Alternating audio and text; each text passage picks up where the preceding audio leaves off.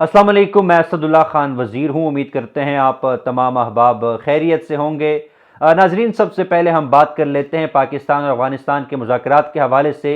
जो latest development सामने आई है, लेटेस्ट अपडेट हमारे सामने आई है, वो ये है कि आज पाँचवें रोज़ भी पाकिस्तान और अफ़गानिस्तान के दरमियान मुज़ाकरात का एक और सेशन हुआ है। आज सुबह से ये कहा जा रहा था कि मुज़ाकरात मुकम्मल तौर पर नाकाम हो गए, ख़त्म हो गए और दोनों जो फ़रीक़ैन हैं वो वतन वापस आ जाएंगे। लेकिन अभी ज़राए ने जो अपडेट किया है वो यही है कि पाकिस्तान और अफ़गानिस्तान के दरमियान आज पाँचवें रोज़ भी जो सेशन है वो हुआ है और कुछ ही देर कबल ये सेशन कंक्लूड हुआ है। लेकिन ज़राए ने यह भी कहा है कि जैसे ही सेशन ख़त्म हुआ है, दोनों फ़रीक़ैन वेन्यू छोड़कर वापस चले गए हैं और इस दौरान पाकिस्तान और अफ़गानिस्तान की साइड से किसी किस्म का कोई स्टेटमेंट जारी नहीं किया गया और यह पता नहीं चल सका है कि पाँचवें रोज़ पाकिस्तान और अफ़गान तालिबान के दरमियान जो मुज़ाकरात हुए हैं उसमें किस बात पर डिस्कशन हुई है और जो आखिरी कोशिश की गई है कि मामलात को अफ़हाम व तफ़हीम के साथ हल किया जाए, उसका क्या नतीजा निकला है और आगे क्या जो कल जो 6 डे होगा वो क्या पाकिस्तान और अफगानिस्तान के दरमियान कल मुज़ाकरात होंगे या नहीं होंगे। बहरहाल जो लेटेस्ट डेवलपमेंट सामने आई है वो यही है कि पाकिस्तान और अफगानिस्तान के दरमियान पाँचवें रोज़ भी जो टॉक है वो हुई है और दोनों फ़रीक़ैन ने एक दूसरे के साथ मुज़ाकरात किए हैं। बहरहाल इस वक्त इंतहाई एक अफसोसनाक सूरत हाल है। पाकिस्तान और अफगानिस्तान के दरमियान ताल्लुकात दिन ब दिन पेचीदा होते जा रहे हैं और ख़ास तौर पर बड़े अफसोस से कहना पड़ रहा है कि दोनों साइड से जिस तरह वॉर मॉन्गरिंग और जिस तरह प्रोवोकेटिव स्टेटमेंट जारी किए जा रहे हैं, ये इस खित्ते के लिए भी बहुत ज़्यादा नुकसानदेह और पाकिस्तान अफगानिस्तान के लिए नुकसानदेह तो है ही। ये इस वक्त अहम सवाल है कि क्या चीन, ईरान पाकिस्तान और अफगानिस्तान के दरमियान एक पुल का किरदार अदा कर सकते हैं या नहीं। और जो रिसेंटली ईरान के सदर मसूद पज़ेश्कियान ने मोहसिन नकवी के साथ मुलाकात के दौरान कहा था कि ईरान पाकिस्तान और अफगानिस्तान के दरमियान जो इस वक्त टेंस सिचुएशन बनी हुई है उसमें वो हेल्प कर सकता है, मसाइल को हल करने के लिए दोनों को बिठा सकता है। इस पर भी हम आगे चल कर बात करेंगे और ये भी अहम क्वेश्चन है कि क्या चीन इस मामले में पाकिस्तान और अफगानिस्तान को प्रेशराइज कर सकता है कि दोनों मिल बैठ के मसाइल को हल करें। इस पर भी हम बात करेंगे। लेकिन सबसे पहले हम बात कर लेते हैं कि आखिर मुज़ाकरात नाकाम क्यों हुए, मुज़ाकरात हल की तरफ क्यों नहीं जा रहे। तो जैसे मैंने पहले भी अर्ज़ किया था कि सबसे अहम जो इस वक्त मसला है वो क्रॉस बॉर्डर टेररिज्म का है और जो अहम नुक्ता है जिसकी वजह से मुज़ाकरात हल की तरफ नहीं जा रहे हैं वो दो डिमांड्स है। पाकिस्तान की तरफ से जो डिमांड है कि भाई आप लिख कर दें कि अफगानिस्तान की सरजमीन पाकिस्तान के खिलाफ इस्तेमाल नहीं होगी, ये लिख कर दे कि टीटीपी अफगानिस्तान की सरजमीन पाकिस्तान के खिलाफ इस्तेमाल कर। और जो पाकिस्तान मुखालिफ ग्रुप्स है जैसे टीटीपी हो गया, बेले हो गया, मजीद ब्रिगेड हो गए, ये अफगानिस्तान में इनकी प्रेजेंस है। ये पाकिस्तान का मुतालबा है कि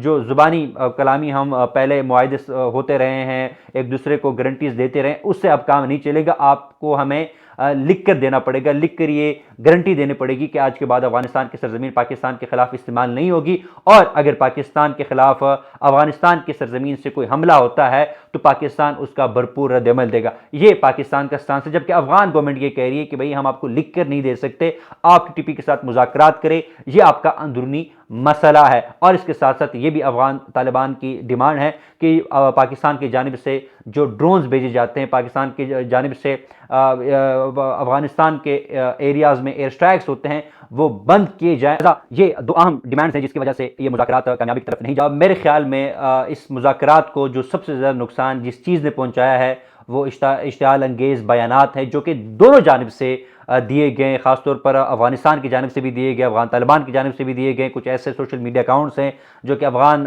तालिबान के अहम जो रहनुमा है वो यूज़ करते हैं और उनकी जानिब से भी इस तरह के बयान दिए गए और ख्वाजा आसिफ साहब की जानिब से भी, पाकिस्तान की जानिब से भी इस तरह के प्रोवोकेटिव स्टेटमेंट दिए गए। लिहाजा इन इश्तिआल अंगेज़ बयानात ने मुज़ाकरात को बहुत ज़्यादा नुकसान पहुँचाया है। और क्योंकि जब आप इस तरह के बयानात देते हैं, प्रोवोकेटिव स्टेटमेंट देते हैं, तो सोशल मीडिया पे भी उसका रिएक्शन आता है और जब अवाम का रिएक्शन आता है तो आपकी लीडरशिप जो है वो प्रेशर में आती है। लिहाजा वो अवाम के सेंटिमेंट को सामने रखते हुए फिर वो ज़्यादातर